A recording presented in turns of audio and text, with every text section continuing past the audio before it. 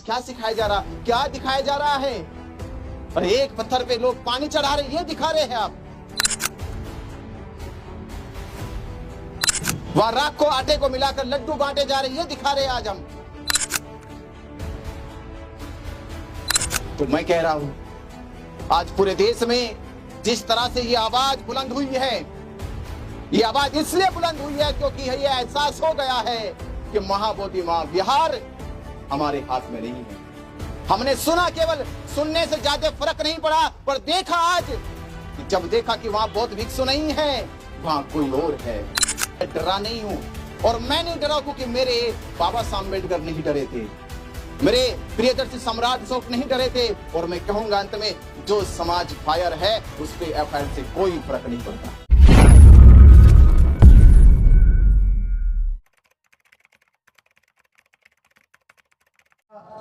क्यों दिया जा रहा है?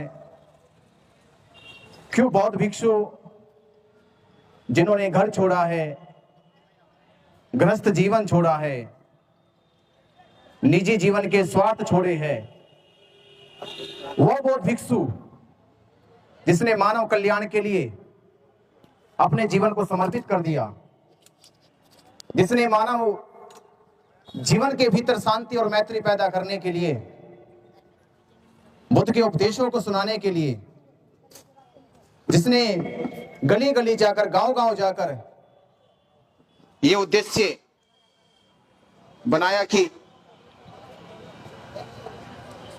वह बुद्ध के संदेश को पूरे देश में फैला सके।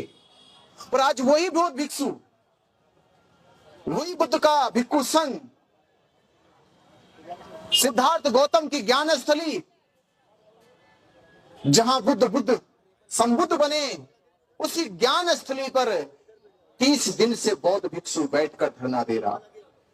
यह बात पूरे देश में पूरा बौद्ध समाज देख रहा है, सुन रहा है, वो समझ रहा है कि ये हो क्या रहा है देश में। हम किसी के मंदिर पे कब्जा नहीं कर रहे हैं, ये किसी के मंदिर पे कब्जा करने का धरना नहीं है, ये किसी धार्मिक स्थलों को, किसी संप्रदाय को ठेस पहुंचाने का धरना नहीं है,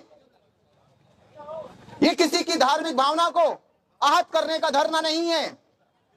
ये धरना है बौद्धों की विरासत का, ये धरना है बौद्धों के स्वाभिमान का, ये धरना है बौद्धों को महाबोधि महाविहार वापस लौटाने का। क्या ये धरना हमारा सरकार को नजर नहीं आता? क्या ये धरना देश को नजर नहीं आता? क्या देश के बुद्धिजीवी लोग, सरकार में बैठे बड़े बड़े पदाधिकारी, मंत्रीगण, क्या वो ये बात सरकार से नहीं पूछ सकते कि जो बौद्ध लोग, जो बौद्ध भिक्षु 30 दिन से बैठे हैं, वो 30 दिन से एक ही मांग कर रहे हैं, दूसरी मांग नहीं है, तीसरी मांग नहीं है, चौथी मांग नहीं है, एक ही मांग है, एक ही उम्मीद लेकर बैठे हैं, शांति से बैठे हैं, किसी को कोई परेशानी नहीं कर रहे हम। यही मांग हमारी है कि बौद्धों को महाबोधि विहार सौंप दिया जाए। और क्यों सौंप दिया जाए? वो इसलिए सौंप दिया जाए क्योंकि बौद्धों के पास ही महाबोधि महाविहार का संचालन करने की विधि है, नीति है, नियम है। ये 30 दिन से बौद्ध भिक्षु बैठे, इन्हीं को मालूम है कि महाबोधि महाविहार का संचालन कैसे होता है, महाबोधि महाविहार में बुद्ध की शिक्षा कैसे बताई जाती है, कैसे वंदना होती है, कैसे बुद्ध की वहां पर परिक्रमा की जाती है। ये केवल बात बौद्ध भिक्षु ही बता सकता है, कोई दूसरे संप्रदाय का पुरोहित पंडित नहीं बता सकता।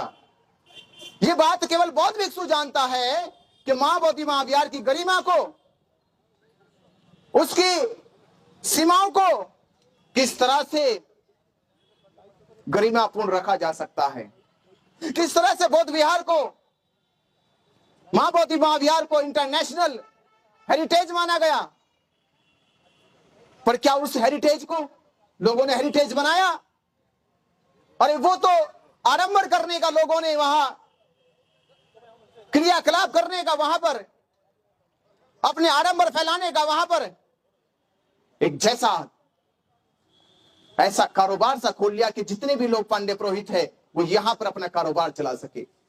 तो हमारी धरोहर को जब दुनिया के लोग देखेंगे, वो किताबों में पढ़ते हैं कि बुद्ध के दर्शन में कोई कर्मकांड नहीं है, कोई पाखंड नहीं है, पर वो जब आते हैं, आंखों से देखते हैं, उनके मन को ठेस पहुंचती है, उनके हृदय को ठेस पहुंचती है, उनकी भावनाओं को ठेस पहुंचती है, उनके विचारों को ठेस पहुंचती है। तो हम नहीं चाहते कि भारत पे आने वाला श्रद्धालु, भारत पे आने वाला बौद्ध का अनुयायी, वो जब यहां पर आए तो वह जो सोच कर आता है, वो जो पढ़कर आता है, जो बुद्ध के बारे में जो सुनकर आता है, उसको महाबोधि महाविहार में वैसा ही मिलना चाहिए।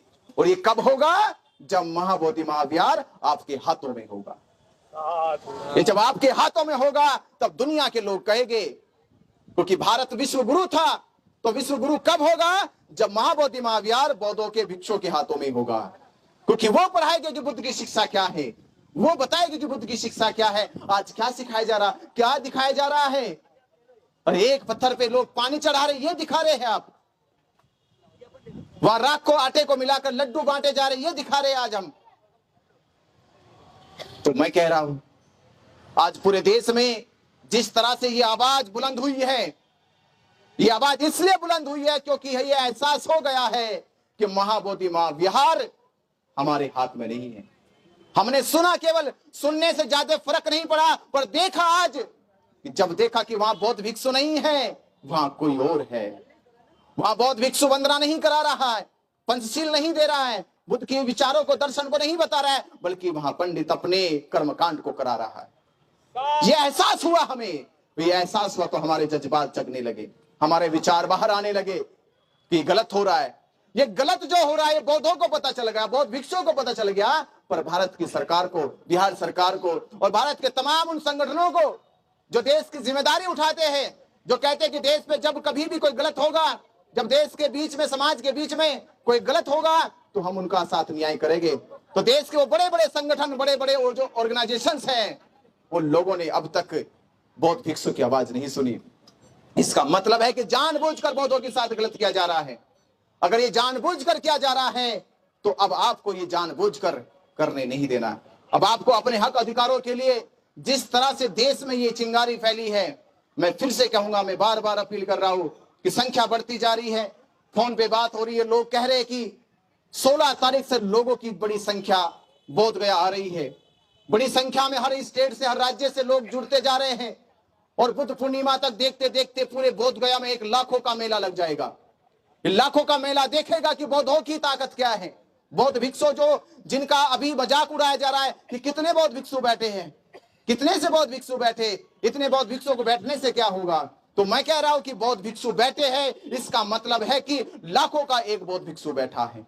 और इन बौद्ध भिक्षु की ताकत देखना, धीरे धीरे महाबोधि महाविहार के लिए बुद्ध पूर्णिमा में लाखों लोग यहाँ एकजुट होने वाले हैं। मेरा मीडिया के माध्यम से, सोशल मीडिया के सभी धमबंधुओं से जो इस आंदोलन को अपने मीडिया के चैनल से, अपने सोशल मीडिया के प्लेटफॉर्म से पूरे देश में फैलाने का, पहुंचाने का काम कर रहे, मैं यही कहूंगा, ये अपील करूंगा अपने बहुजन समाज, बौद्ध समाज से कि वो समझ ले कि आपकी आवाज को, आपकी बात को और आपके हकों को दिखाता कौन है, और जो दिखाता है उसी को आप देखो। जो आपको आपके हक अधिकार की बात दिखाता हो, सुनाता हो, आप उसको सुनो, उसको देखो। मैं एक चीज अंत में कह रहा हूं आपसे, मुझसे कहा कि भंते जी एफआईआर हो गई है, अब डर गए होगे। मैं डरा नहीं हूं, और मैं नहीं डरा क्योंकि मेरे बाबा साहब अम्बेडकर नहीं डरे थे, मेरे प्रियदर्शी सम्राट अशोक नहीं डरे थे। और मैं कहूंगा अंत में, जो समाज फायर है उस पे एफआईआर से कोई फर्क नहीं पड़ता। नमो बुद्धाय, जय भीम। और मीडिया के माध्यम से कहूंगा, पूरा देश इस धरने को सपोर्ट करे, ज्यादा ज्यादा संख्या में बोध गया पहुंचे। मैं भंते विनाचार्य आप सभी से अपील करता हूं कि आप सभी राज्यों से, गांव से, शहरों से निकलकर बोध गया की धरती पे पहुंचे। नमो बुद्धाय, जय भीम।